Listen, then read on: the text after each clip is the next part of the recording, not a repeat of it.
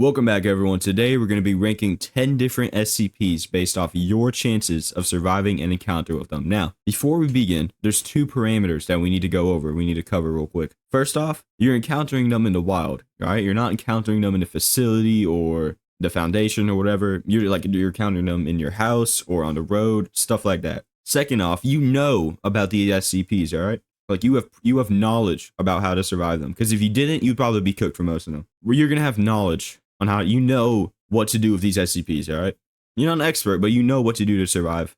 You know a good bit of information. Probably because you watched this video, but anyways, let's go ahead and begin with SCP-173, also known as a sculpture, also known as Peanut. Now, Peanut's pretty popular. I think all of us know Peanut. He's essentially you got to look at him, and if you don't, he moves and he can kill you by snapping your neck.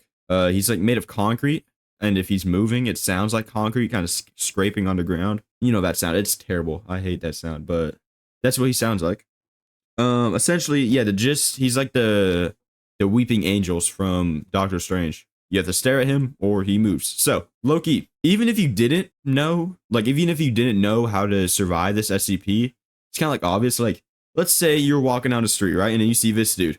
And you're like, what is that? You turn the other way, you hear a sound, you look back, he's closer. You're like, oh, well, this dude obviously moves closer if I look at him. So you just keep walking backwards for as long as you can looking at him. Oh, also, if you blink, he also moves closer. So, but you'll figure that out too. But I mean, like, you have knowledge of these guys. Now, if it's in like your house, I don't know how you would like do that. But also like mirrors work. So if you have a mirror, like if you're in your car and you see that thing, or you get in a car and drive away, as long as you're looking at it through a mirror, you're good. So look, I feel like you could survive it, but it's also not like easy to survive. It's like a mix. It's like almost 50-50 that you would survive an encounter. I mean, we're just going to put it into D tier because you could survive Peanut, but also like if it's in your house, if you're in your house and that thing is coming at you, I mean, how are you supposed to escape from your house? So we're going to put it into D tier. Next up is SCP-082, also known as Fernand the Cannibal. All right, now he was once a human. He was once a person, but he somehow mutated and became 8 feet tall, 700 pounds. All right, that is huge. He's a giant. His jaws are strong enough to crack human bone. So, and if you paid attention, John, his name's Fernand the Cannibal. So he eats people. Now, first off, he's very nice. Like if he eats someone, he apologizes for making a mess, which is kind of weird. He's like, "Oh, I'm sorry, I ate you. There's a mess. I'm so sorry." You know, like kind of funny. He's very polite. He's usually polite, but at any moment he can just eat you, just chomp your head right off. I mean, he's so polite, he likes to dress up. I mean, it kind of gives you the feeling that he's friendly, and then he eats you, which, yeah, that's not gonna help you survive. But I feel like you can't harm him because he has like countless bullets, knife, and sword blades like lodged into his skin. So I don't think you can harm him if you have like a shotgun or something. But you could definitely, like, I feel you like talking your way out of this dude. You're like, yo, you know, like be polite with him and then escape. So low key, we're gonna put. I mean, like if he's in your house, like he might, like he's polite. Like would a polite person like chase you down? You know, like, oh, pardon me, but I shall chase you. You know, I don't know. It just doesn't make much sense. I mean, he could chase you down and eat you. I could be misunderstanding him. So we're gonna put him into C tier. No, we're gonna put him into B tier because again, I'm pretty sure if he's polite enough, you can escape this guy. So we're gonna put him into B tier. Next up is SCP-096. Also known as the Shy Guy. Now, this one is really easy to understand. You see him, he kills you. You see his face, he kills you. No matter what, alright? You could be in space, he will find you and kill you. So, you're cooked. No matter what, alright? You even see a picture of his face, he will track you down. He knows where you are at all times. So, I mean, it is easy. All you gotta do is not look at his face or not. Oh, pictures. Even pictures or like recordings of his face. He will come and get you. So, yeah. But the thing is, if he sees you, you're cooked. But if you like don't look at him, then you're good, and you have prior knowledge not to look at his face. So low-key, I'm gonna put him in D tier. I'm not gonna lie. Okay, hold on. I'm gonna move Peanut up to C tier, and I'm gonna put Shy Guy into D tier. Cause yes, you have prior knowledge of these.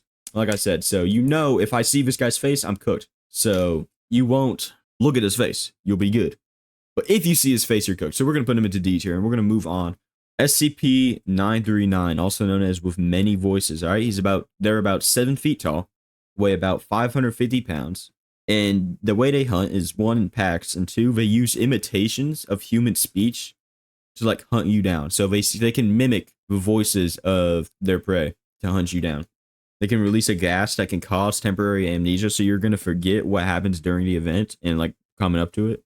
It's highly sensitive to sound, so it will hear you. All right, you're walking down a road, it will hear you. A good thing though is that it's essentially blind, so it's not gonna be able to see you, but it's definitely gonna be able to hear you. Now, there's two things that are gonna help you with this fight. One, it's not bulletproof. It is a big creature, so you're gonna need a very high caliber, and they hunt in packs, so you're gonna need, if they're like on the other, if there's like a long road and they're coming, you have like a hunting rifle or something, you could probably take it down.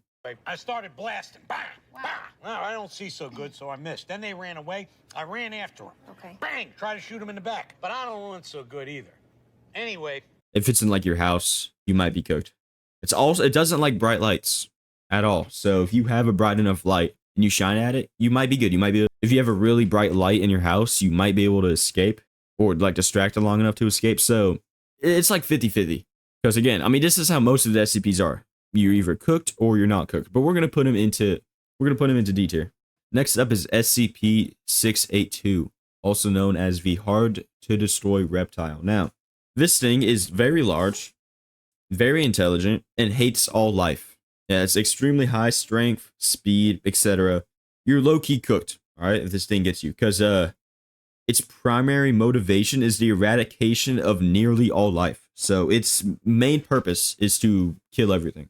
Even if you think, oh, well, I can beat this thing, I can just shoot it, well, or I can just burn it, for example. It can adapt. It can rapidly regenerate from nearly any injuries. So, yeah, it's cooked. You're cooked. And then also, it can adapt to whatever you're trying to use to harm it. So if you like burn it, well, it's now, it becomes fireproof if you try to burn it, you know? You drop a nuclear bomb on it, well, now it's immune to nuclear bomb.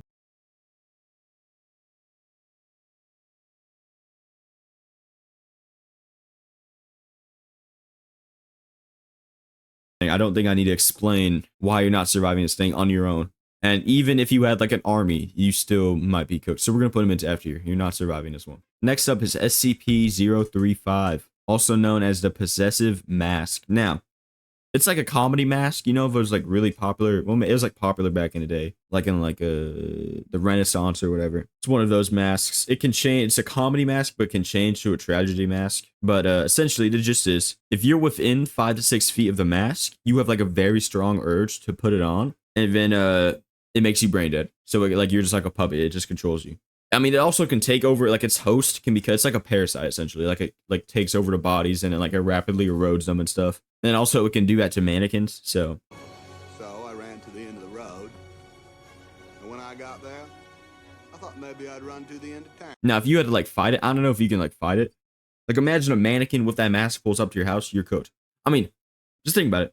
If you see this mask like in your house, like as long as you're like 7 feet away from it, you're good. So let's say you're walking down a road and you see this mask laying there 7 feet away. I'm not, it like magically, it is just there. I'm not, okay, maybe on a road you might investigate, but like if it's in your house, all right? Let's say you're walking around your house, all right? You're in your living room, you look in your kitchen, you see this thing on your kitchen counter. I'm not putting that on. Now, obviously, if you're within 5 to 6 feet, you are, but if you're farther away than that, why would you go check that out? I'm moving. If a mask magically appeared in my house, I am not putting that, I'm moving, dude. Why would you go near that thing? I feel like it's easy enough to survive. I'm like, I could be misunderstanding it, but as long as you're 5 to 6 feet away from the mask, you're good. If I saw that mask, I'm not going near it. I'm not going near it. So we're gonna put it into A tier. It's not S tier, but I'm gonna put it into A tier because I feel like I would be good if I saw that mask. So we're gonna move on with SCP-999, also known as the Tickle monster. Now, essentially, this guy is a large orange slime buddy. And he is very large. He's about 120 pounds. Very chonky boy. It's very playful, and it's like a dog. It's very dog-like. It's the Tickle monster. I mean, it eats candy.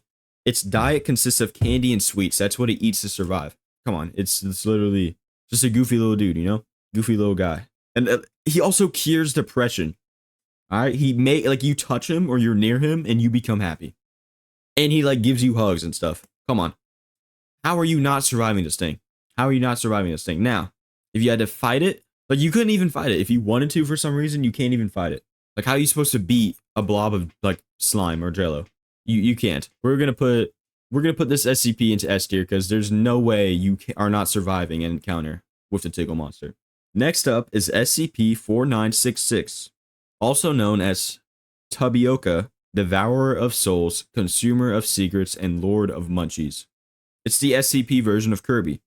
It's highly social, so, you know, it's very friendly. And, I mean, y'all know how Kirby works. If it eats something, its whole body will alter, except for, like, its face and its color. It will alter to, like, become that thing, you know?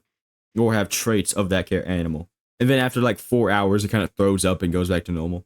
So, you would be good. I mean, it's friendly. It likes people. I don't think it eats people. So, you should be good. So, we're gonna put it into S tier. But hypothetically, could you fight this thing? Now, if it eats you, no, because its mouth, like, opens up like Kirby and it'll eat you. So, if you had to fight this thing, it would be in, like, D tier, I'm not gonna lie. Because you know this thing, I mean, it's gonna eat you. You know, if it had to fight you, it's just gonna, like, pull up to you and eat you. Like, what are you gonna do? What are you gonna do? It's Kirby. Kirby is overpowered, so this guy is too. But lucky for you, you don't have to fight him because he's very friendly. It's very friendly. So we're gonna put it into S tier. Moving on, it's SCP-745, also known as the Headlights. Now, imagine a Velociraptor that can run about 100 miles per hour, and its head is like this, like, bright light. It can produce this bright light. They're only found on a specific stretch of highway in New Mexico in the lore or whatever. But for this, we're just gonna pretend it's whatever highways near you. And they like highways with like not a lot of cars, you know. So it's only gonna be you encountering this thing.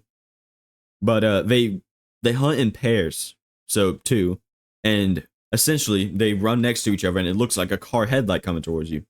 Now they attempt to get you by trying to like run you off the road or like charging you.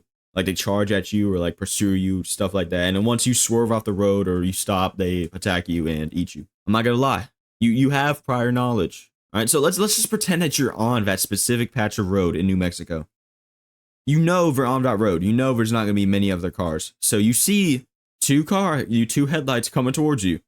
All right, now normal people might like stop their car or turn around and swerve, stuff like that. But then they're gonna get you.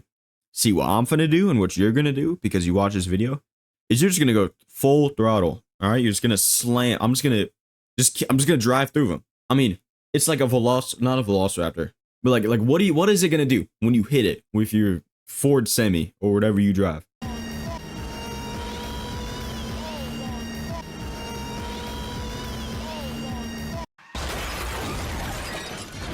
What is it gonna do? You hit it. And it's gonna go flying, dude. All right. If you swerve out the way or you stop, then yeah, it might get you. But like, you're hitting it with a car. What is this thing gonna do when you hit it with a car? And you know that this thing's on the road, and you know that it's gonna hunt you down. So if you see something, you're like, yeah, that's probably okay. To be fair, it would total your car. It would probably like you crash because if you crash into like a deer, your car is totaled. If you're like, I mean, what are you gonna do? It's either you total your car and kill these things, or they eat you. So low key. I'm gonna put him in B tier because again, you know this thing exists. You know what you got to do to survive, and the only way you're surviving is if you hit it with your car or you drive fast enough away.